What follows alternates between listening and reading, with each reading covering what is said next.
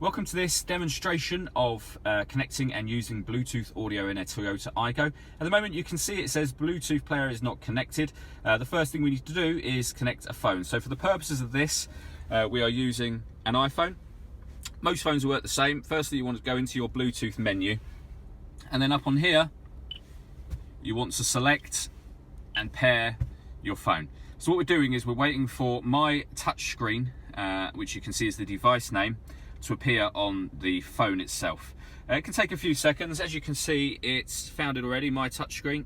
Select that, and it says here quite clearly, Bluetooth pairing was successful. So very, very quick to use that system.